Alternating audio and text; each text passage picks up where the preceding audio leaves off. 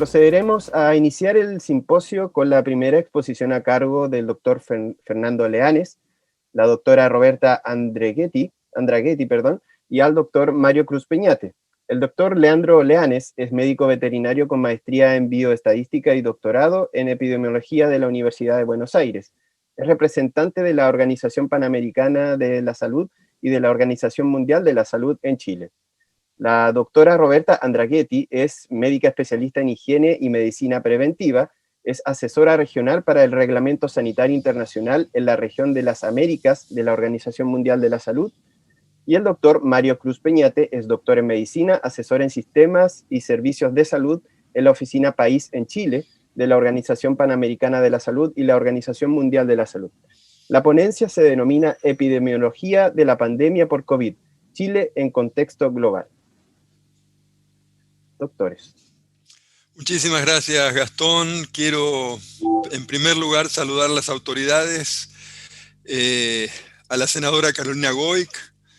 Muchísimas gracias por estar presentes, realmente es un privilegio.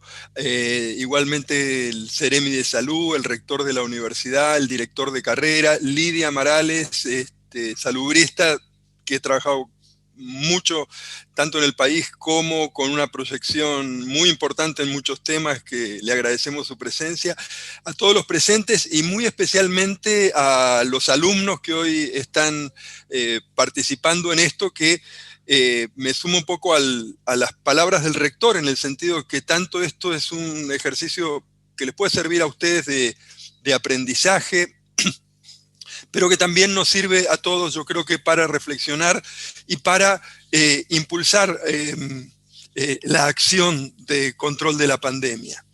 Miren, la humanidad ha ido aprendiendo a controlar el COVID, incorporando, considerando y refutando conocimientos que existían de antes de otras enfermedades, que existían de los dos coronavirus que generaron eventos sanitarios de importancia internacional, como el SARS y el MERS, y de las propias medidas que se van adoptando a nivel global y a nivel local.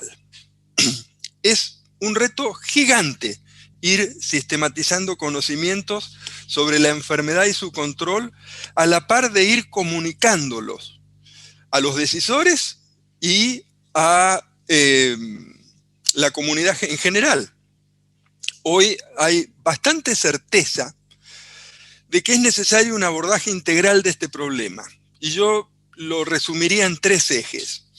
El programa de testeo, aislamiento, trazabilidad y cuarentena de los contactos, que es el primer eje que permanentemente señaló la OMS y señalaron los países. Las medidas de salud pública, que llamamos medidas de salud pública, que son aquellas tendientes a evitar el contagio en situaciones comunitarias, en situaciones en donde no conocemos de dónde puede venir el contagio, porque esta es una enfermedad que se transmite en unas condiciones clínicas inaparentes. Y el abordaje de los determinantes, que es una cosa que va a abordar la doctora Morales, tanto para reducir factores de riesgo individuales, como para hacer sostenible en el tiempo los esfuerzos de control. Esfuerzos que se tienen que realizar de una manera muy coordinada entre municipios, entre países, entre regiones del mundo, ¿no es cierto? Por eso yo quiero, me da mucho gusto a mí hacer la introducción a la presentación que van a hacer mis compañeros, Mario Cruz, que es el gerente de respuesta a COVID en Chile, de la OPS, y la doctora Roberta Andraghetti, que es la responsable del Reglamento Sanitario Internacional en la OPS y del análisis de las medidas de salud pública y del comportamiento epidemiológico de la enfermedad en nuestra sede de OPS, Oficina Regional de la OMS. Yo quiero decirles también que más allá de todas las dificultades que hay en Chile para abordar este problema, nosotros hemos reconocido que ha habido una prioridad por parte del gobierno nacional y por parte de todos los actores del sistema de salud, que ha permitido de manera muy importante avanzar en el testeo, y es uno de los países que tiene más fuerte presión de testeo, y en la preparación de los servicios de salud. Y ha habido, y todavía hay, dificultades muy grandes para que las personas que tienen COVID se aíslen. Se aíslen, esto es un reto que tienen muchos países, esto ha sido una dificultad muy grande y es una de las cuestiones más importantes para el tema de la trazabilidad. Y la otra dificultad que ha habido es la incorporación, que esto se ha ido resolviendo, de los niveles locales en la acción. Y en el aprendizaje por parte de las personas para para los cambios de conducta que son necesarios para evitar los contagios. Y en esto nosotros reconocemos el trabajo y reconocemos los protocolos que se han hecho, especialmente el paso a paso laboral, que incluye un punto que es socializar, que es lo que estamos haciendo en este momento de alguna forma, y capacitar, que es que todas las personas en ambientes laborales, y todos son ambientes laborales de alguna forma u otra, incluso la vía pública, cambien de conducta para poder hacer frente a esto. Y eso nos parece que necesita en Chile de una énfasis especial. No sé si empieza Mario o empieza Roberta con la presentación, pero los dejo con los expertos de la OPS. Muchísimas gracias. Muchas gracias, Fernando. Está hablando Roberta Andraghetti. Muchas gracias por la invitación. Estuve en Punta Arenas hace unos años para un simulacro con la Ceremi y fue una experiencia maravillosa, un lugar maravilloso. Así que aunque esté muy lejos, muchas gracias. Pues con respecto a esta pandemia, creo que la última cosa que podemos decir es que fue algo inesperado. Nos estuvimos preparando desde hace 20 años, preparando para algo así. Así que lo que trabaja en la comunidad de salud pública nacional, internacional, era el evento que se esperaba. Así que el 31 de diciembre recibimos el primer señal de que algo estaba pasando en Wuhan, que ve en este cronograma en la primera flechita roja, y el 5 de enero, como Organización Mundial de la Salud, empezamos a compartir con las autoridades de todos los países y también en el dominio público la información sobre este conglomerado de casos de enfermedad respiratoria aguda inusual en Wuhan. Y entre el principio de enero y finales de enero fueron, creo, los eventos que determinaron tanto el curso de la respuesta como de la propagación, como de algunos ajustes geopolíticos. Ese mes de enero fue fundamental. Lo que ocurrió en enero fue, primero se convocó el cuerpo que asesora el director general de la OMS para determinar si un evento tiene implicaciones de importancia internacional y requiere un abordaje solidario y colegial de todos los países. Y también en ese mes de enero, al final, el director general de la OMS determinó que sí, este evento en China, que se estaba expandiendo, propagando en China, sí, tenía que ser considerado una emergencia de salud pública de importancia internacional. A nivel de las Américas tuvimos el primer caso en Estados Unidos, en Seattle, el 22-23 de enero. Y a finales de enero, ese 30 de enero, cuando se determinó la emergencia de salud pública de importancia internacional, también se emitieron recomendaciones temporales. Y una primera lección aprendida seguramente para nosotros fue que no hubo recomendaciones con respecto a los viajes internacionales, a la toma de medidas para poner restricciones a los viajes internacionales. Y esto tuvo las consecuencias rápidas que pudimos observar. El 11 de marzo finalmente el director general de la OMS determinó que esa enfermedad respiratoria inusual de Wuhan que se determinó fue causada por el coronavirus, el SARS-CoV-2, y se denominó COVID-19, constituía una pandemia. Pandemia que significa que toda la población en el mundo es susceptible, por lo cual riesgo de propagación y de impacto a nivel mundial. Para una cronología más detallada en esta presentación hay el enlace, así que cuando se compartirá pueden leer todos los pasos que se dieron. Próxima, por favor.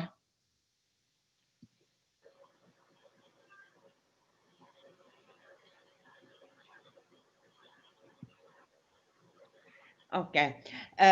Como comunidad internacional, ok, pues la herramienta que tenemos para responder a este tipo de eventos para los cuales nos hemos preparado toda la vida y evento que constituye el arquetipo de la emergencia de salud pública, tenemos el Reglamento Sanitario Internacional que brinda tanto a los países como a la OMS las herramientas para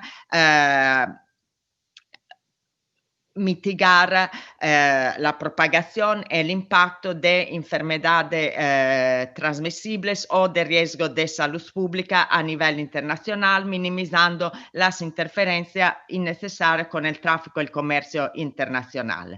Y por eso, para poder brindar una respuesta coordinada y armonizada, tal vez en nuestros sueños, cuando se determina una emergencia de salud pública de importancia internacional, se emiten también recomendaciones temporales que los países que son estados partes del reglamento son invitados a aplicar, a implementar. Y eso es un poco ese reglamento definiría las reglas del juego. La próxima, por favor.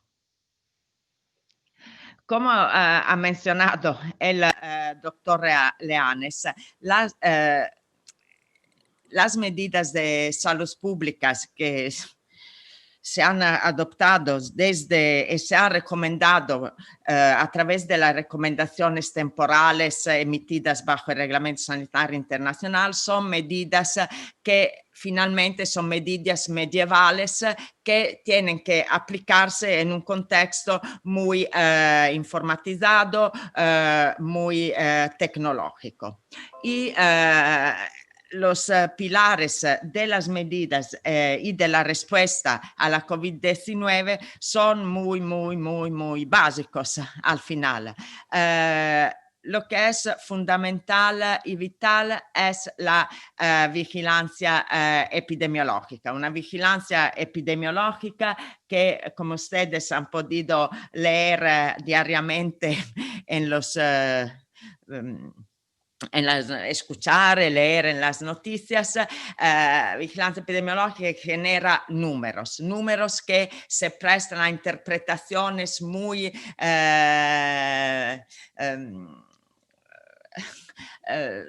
diversas y que generan mucho debate, muchas controversias y tal vez de forma innecesaria, porque es una enfermedad nueva, los conocimientos varían, las herramientas que tenemos para efectuar la vigilancia epidemiológica varían. Así, pero sin embargo, son estos datos epidemiológicos que nos permiten tomar decisiones y dirigir las acciones de respuesta. Y en esta pandemia, debido parcialmente a la presencia de infecciones asintomáticas, el otro pilar fundamental es el testeo de laboratorio, la estrategia de testeo. Y a la luz de vigilancia epidemiológica, testeo de laboratorio, las categorías de medidas que tenemos a disposición son medidas no farmacológicas y medidas farmacológicas en medida mucho menor de momento. Con respecto a las medidas no farmacológicas, estamos hablando de protección personal, utilizo de máscaras, adhesión a la higiene respiratoria y a la higiene de manos y respecto de la distancia física. Medidas ambientales para que nuestros ambientes, tanto al interior como al exterior, favorezcan, sean en condiciones sanitarias adecuadas y favorezcan el individuo en aplicar sus medidas y la otra clase de medida no farmacológica que es crítica en esta pandemia son las medidas de distanciamiento físico y social, individual en términos de respeto de la distancia física entre personas y distanciamiento físico dirigido. Significa dirigido al aislamiento de casos de COVID y a la cuarentena de los contactos que sin embargo tienen que ser trazados, porque sin esa labor muy minuciosa de trazamiento de contacto, la cuarentena no se puede realizar y respetar finalmente. Y en esta pandemia, desafortunadamente, pero es la única herramienta que en algunas situaciones epidemiológicas tenemos a nuestra disposición, son las medidas de distanciamiento social generalizados, los lockdown. Y el desafío que tenemos ahora, que la vigilancia se está refinando, que la estrategia de testeo se está refinando ahora, el paso siguiente es poder implementar esas medidas generalizadas de confinamiento comunitario, de lockdown, de forma más geográficamente mirada y no como al principio de forma, por ejemplo, en escala nacional. Y no veo la presentación, se ha perdido, pero y con respecto a la última categoría de medidas no farmacológicas son las limitaciones del movimiento interno a los países y también internacional. Y esto ustedes creo que lo saben mejor que yo, está causando desafíos muy importantes a los países en términos de toma de decisiones, de abordaje a la reanudación de los viajes internacionales no esenciales. En términos de medida farmacológica, de momento estamos hablando de tratamiento terapéutico de caso, donde desametasona de momento parece el único fármaco que tiene un cierto efecto, por lo menos en términos de reducción de la mortalidad, más el tratamiento de soporte con oxígeno y todo las herramientas para el soporte clínico, y de momento no tenemos la vacuna, a pesar de que haya más de 200 que se están desarrollando y 10 de las cuales en fase 3.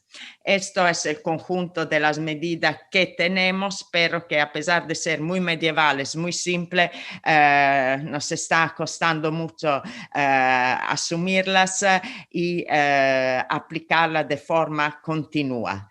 Sin cansarnos. Esa fatiga, el cansancio es tanto individual como institucional. Pero ese es un poco donde nos estamos moviendo a nivel mundial, todos los países. Muchas gracias. De momento dejo la palabra a Mario. Gracias, Roberta. Bueno, como han indicado el doctor Leanes y la doctora Andraghetti, realmente estamos en una situación sin precedentes. Al día de ayer teníamos 38 millones de casos confirmados a nivel mundial y alrededor de 1.080.000 muertes en 216 países, áreas y territorios afectados.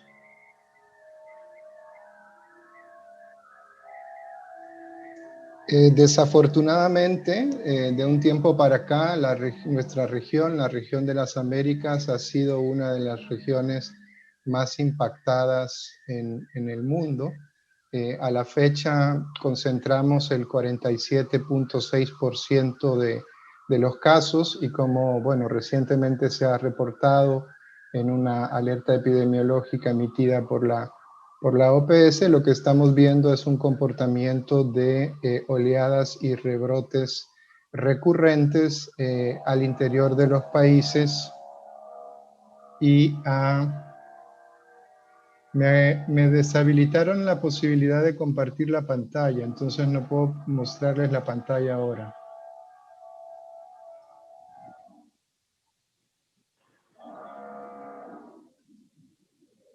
Dejo ver si...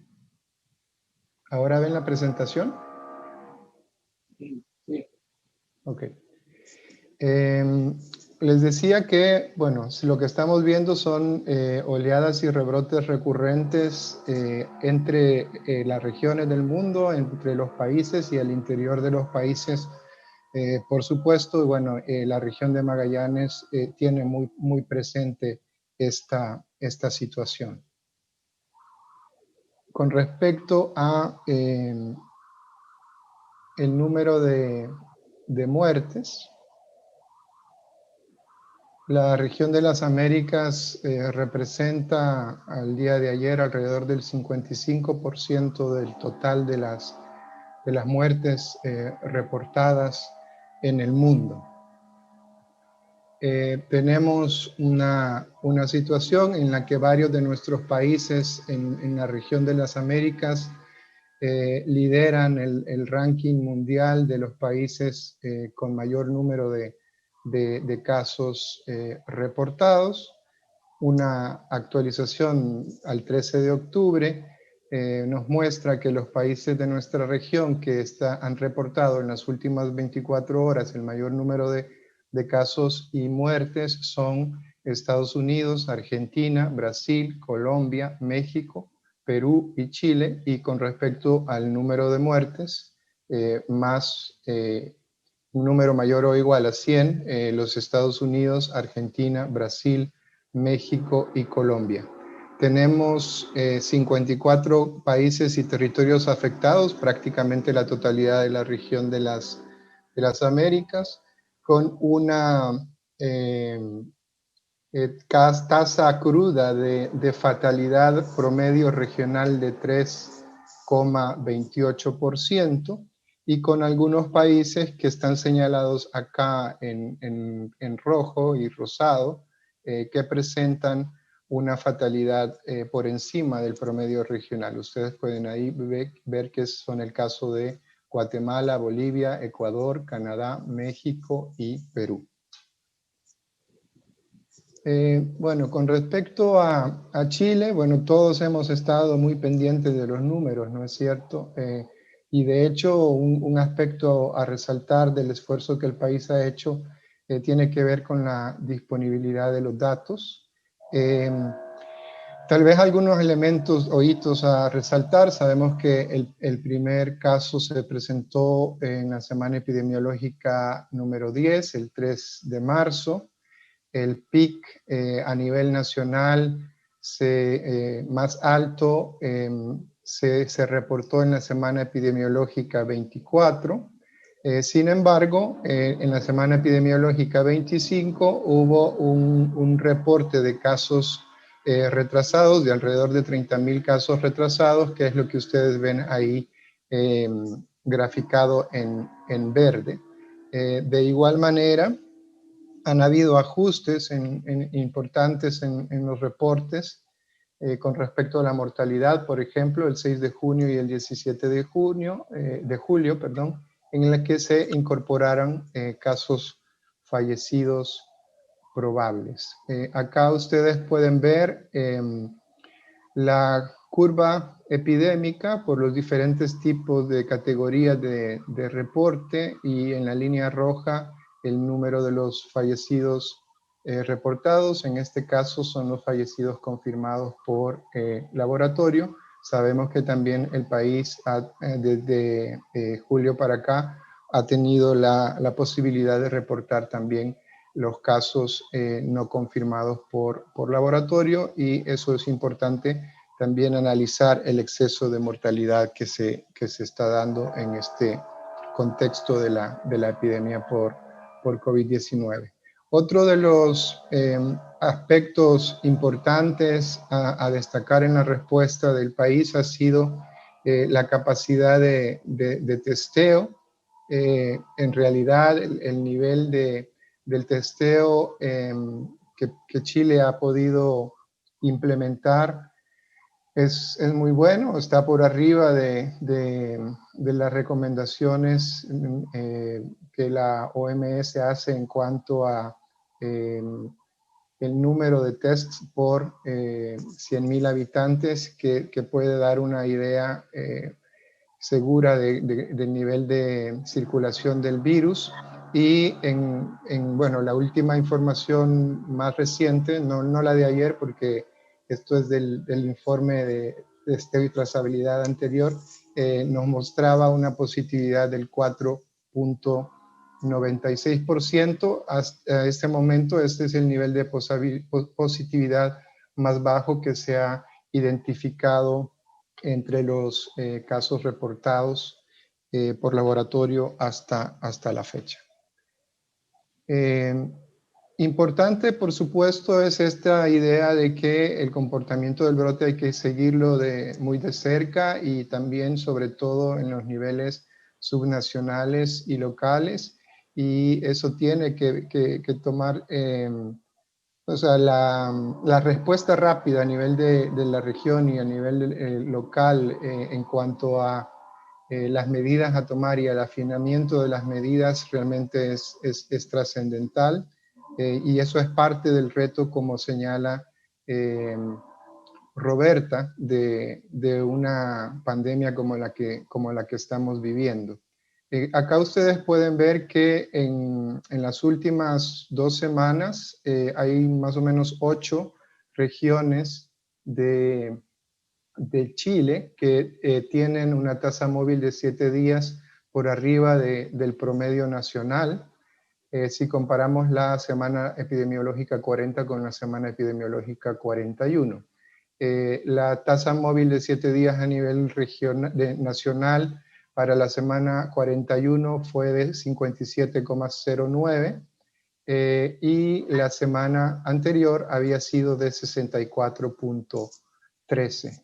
Por supuesto que preocupa mucho la situación de Magallanes, que como ustedes observan ahí, tiene una tasa móvil muy por encima del resto de las regiones del país. El nivel más alto de incidencia medido por la tasa móvil de 7 días a nivel nacional se dio en la semana epidemiológica número 24 y fue de 203.56 casos por 100.000 habitantes. La pandemia que estamos viviendo realmente es un desafío sin precedentes y los desafíos que ya afrontaban los sistemas de salud en la región simplemente se han intensificado y se han complicado aún más en el contexto de la pandemia. No voy a mencionar todos estos desafíos, pero sí quisiera mencionar tal vez 3 de ellos. Independientemente del nivel de preparación que los países han tenido para aplicar el Reglamento Sanitario Internacional y las capacidades básicas del Reglamento Sanitario Internacional, como lo indicaba Roberta, el nivel de intensidad requerido en la respuesta a la pandemia, la escala de las medidas aplicadas a toda la población y el tiempo que ha requerido relativamente prolongado de implementación de estas medidas nos muestra que no estábamos suficientemente preparados.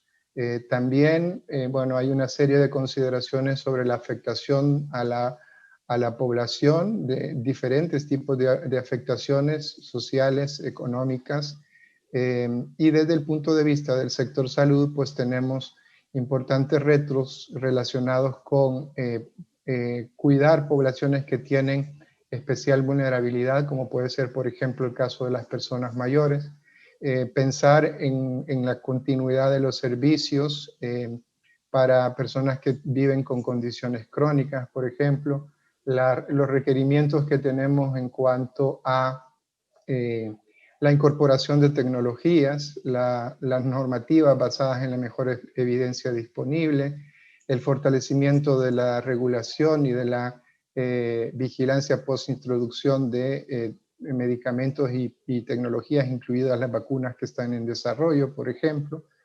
Y bueno, por supuesto, lo que preocupa muchísimo es cómo esta pandemia puede aún más acrecentar las disparidades que en nuestras regiones y en algunos de nuestros países ya existían previamente, y de ahí el enorme desafío de una respuesta unificada para evitar que la pandemia haga todavía más nuestras sociedades desiguales e inequitativas.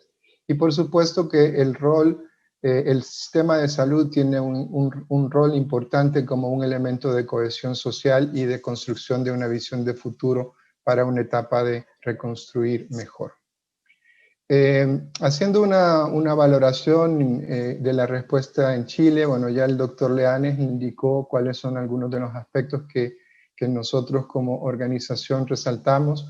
Por supuesto que no ha sido exento el caso de Chile de alguna cierta conflictividad a nivel político. Eso, bueno, lo hemos visto en todas partes, con algunos desafíos para la coordinación de los esfuerzos y bueno, la unificación de la respuesta, que es uno de los aspectos realmente necesarios para poder afrontar de una manera integral y con el conjunto de las medidas necesarias esta pandemia.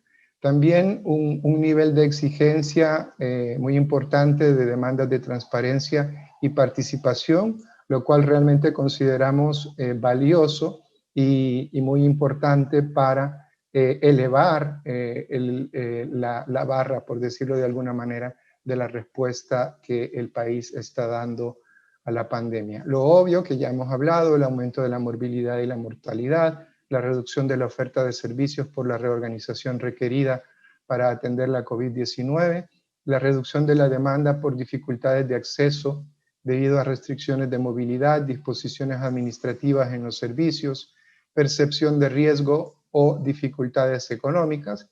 Por ejemplo, una encuesta reciente del Ministerio de Desarrollo Social y de el PNUD muestra que el 17% de los hogares encuestados han tenido que reducir su gasto en medicamentos y el 27% de los hogares encuestados han tenido que retrasar la atención de alguna necesidad de salud por las afectaciones económicas primariamente de la pandemia.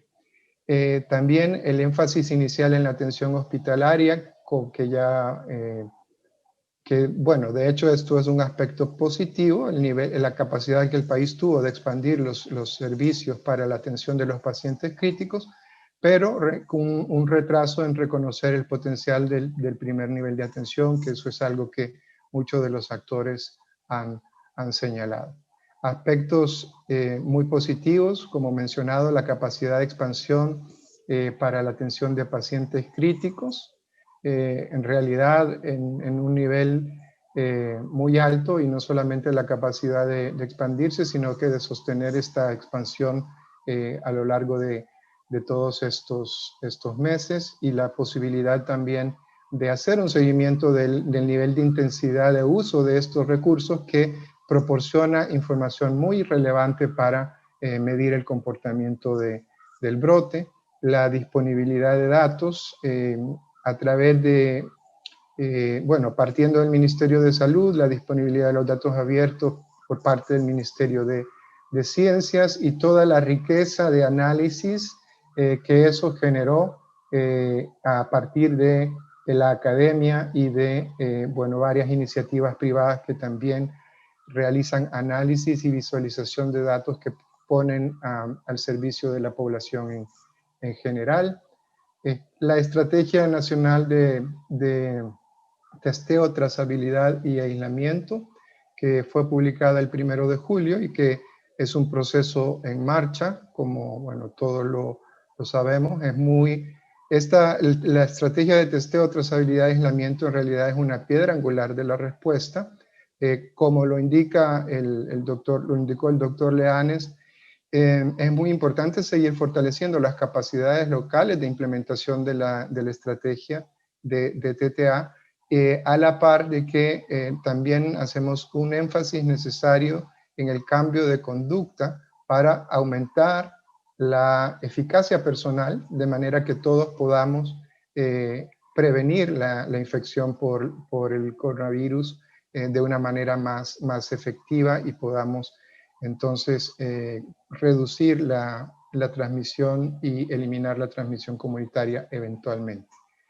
Es muy importante el monitoreo que se hace a la implementación de la estrategia, los informes de las instituciones públicas como el Ministerio de Salud, pero también desde la academia, que se hace una mirada también más cualitativa del nivel de implementación de la estrategia, y bueno, la necesidad de seguir fortaleciendo esta capacidad, dado que todavía no se alcanza el nivel esperado en cuanto al desempeño global de las regiones en esta materia. Muchas medidas de salud pública de las que mencionaba Roberta han sido puestas en marcha en Chile, con también un importante difusión, ¿no?, a través de los portales del gobierno de las distintas medidas, con criterios que se han establecido para ir liberando las medidas que tienen que ver con el confinamiento generalizado, y esto también, bueno, la disponibilidad de esta información y la toma de decisiones y los ajustes de las medidas en los diferentes niveles, incluso y especialmente en el nivel local, sigue siendo de importancia crítica para el control del brote. Al 10 de octubre tenemos 8.7 millones de personas en Chile en etapa de transición, únicamente 2.4 millones en cuarentena. A partir del 5 de octubre, la totalidad de la región metropolitana salió de la cuarentena, y ese nivel de aumento en la movilidad pues implica reforzar sobre todo este elemento de el comportamiento personal para poder evitar que haya un incremento posterior. Si vemos el porcentaje de comunas, tenemos el 8.41% en apertura inicial y alrededor del 60% en preparación. Es importante la definición de estos criterios y sobre todo el consenso que al final se llegó, ¿no? A partir de una primera propuesta que estuvo en implementación, el Consejo Asesor del Ministerio de Salud hizo algunas recomendaciones precisamente para darle mayor rigurosidad a estos criterios, y eso es algo que vemos de una manera muy, muy positiva. Roberta, back to you.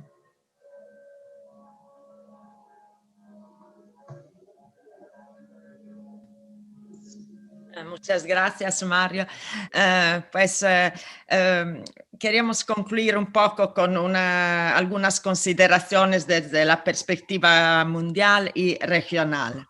Obviamente, creo que la esperanza de todo es que esta pandemia nos permita culturalmente de salir de ese círculo viciosos de pánico y olvido. Durante estas fases de pánico de las pandemias se hacen muchas cosas y luego nos olvidamos y la próxima vez estamos con ese sentimiento de empezar desde cero. Pero creo que la duración, lo que hemos vivido hasta ahora y lo que nos espera nos pueda un poco también cambiar culturalmente en el abordaje a la salud pública, capitalizar todo lo que se está aprendiendo. Creo que a nivel regional y mundial lo que se ha observado, sobre todo en esas 2 semanas durante las cuales el mundo se paró a la mitad de marzo, hubo una experiencia de cohesión y de liderazgo de las más altas autoridades a nivel nacional que fue impresionante, con una toma de responsabilidad, un compromiso hacia la salud pública que nunca se había observado por lo menos en las epidemias de los últimos 30 años. Y esto creo que es algo un ejemplo que sí se puede operar de forma unitaria, superando todas las diferencias de toda naturaleza. Y eso ocurrió. Luego se observaron tomas de decisiones muy, muy rápidas y muy complejas en un contexto de incertidumbres, y eso otra vez nos dice que hay capacidad a nivel de los países ante una falta de orientación tanto de la OMS y del OPS de tomar decisiones impactantes con posibles consecuencias proteformes muy importantes. Y eso los países lo hicieron con mucho valor, y cuando se llegó a aplicar esas medidas de distanciamiento a escala comunitaria, eso fue algo que sorprendió a todos, y otra vez mucha cohesión y mucho valor. La otra cosa, hasta un cierto momento se observó también esa cohesión a nivel de todos los sectores gubernamentales y de toda la sociedad. Ese ser al unísono en implementar las medidas, en responder. Sin embargo, como ya Mario ha destacado, a lo largo del tiempo, en casi todos los países se han exacerbado las tensiones políticas entre nivel nacional, subnacional, entre los partidos políticos, y también estamos observando una cristalización y polarización geopolítica a nivel internacional. Y lo que hemos observado, y otra vez, es posible hacerlo, es esa movilización de recursos a nivel nacional, el negociar los recursos entre sectores, recursos financieros y recursos humanos. Y lo que nos ha impactado mucho y tenemos que repensarlo todo como comunidad internacional son los modelos de coordinación de la respuesta, porque a nivel de los países existen planes de preparación y respuestas a eventos de salud pública de toda clase y tenemos bibliotecas de esos planes, pero en realidad lo que ocurrió durante esta pandemia fueron mecanismos de coordinación muy más sencillo, más directo por ese liderazgo que se ejerció desde el nivel nacional y mecanismos de coordinación con un alcance muy amplio. Y finalmente creo que donde se tiene que reflexionar mucho es cómo identificar todas esas medidas, tanto reactivas como adaptativas, como innovadoras, que se han adoptado en un periodo de tiempo tan corto y cómo intentar institucionalizar y utilizar esta experiencia para impulsar una transformación continua hacia la mejora de la calidad de los sistemas nacionales de salud en su conjunto, desde la práctica en salud pública, la reorganización de los servicios y también en el uso de tecnología sanitaria, pero sobre todo creo que uno de los grandes puntos de reflexiones de esta pandemia fue cómo una región como la América del Sur puede incrementar su capacidad o disminuir su dependencia de otro en términos de cadena de suministros necesarios para una respuesta. La próxima, por favor.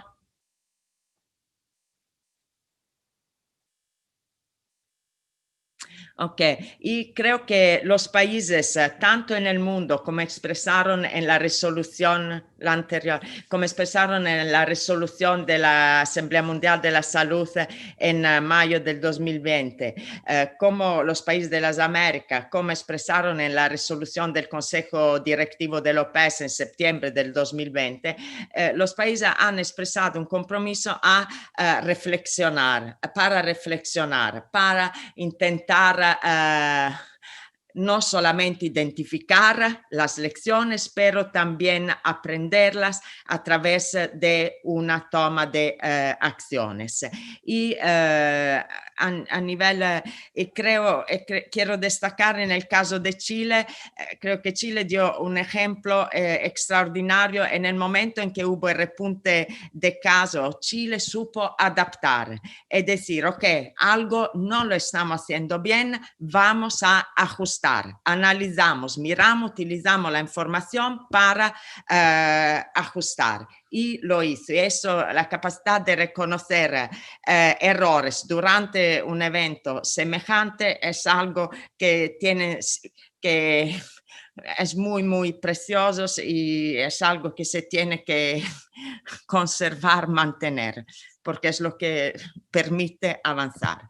Y sin embargo, a nivel mundial se han establecido dos entidades, el Comité de Examen del Reglamento y el Panel Independiente para Preparación y Respuesta, que están analizando un poco cómo reflexionando, identificando lecciones. Y quiero destacar que uno de los miembros del Comité de Examen para esta pandemia es la doctora Jimena Aguilera, que es miembro del Comité Asesor de Chile, que siempre ha sido muy activa en este tipo de fórum internacionales. Muchas gracias y dejo la palabra al moderador. Cambio.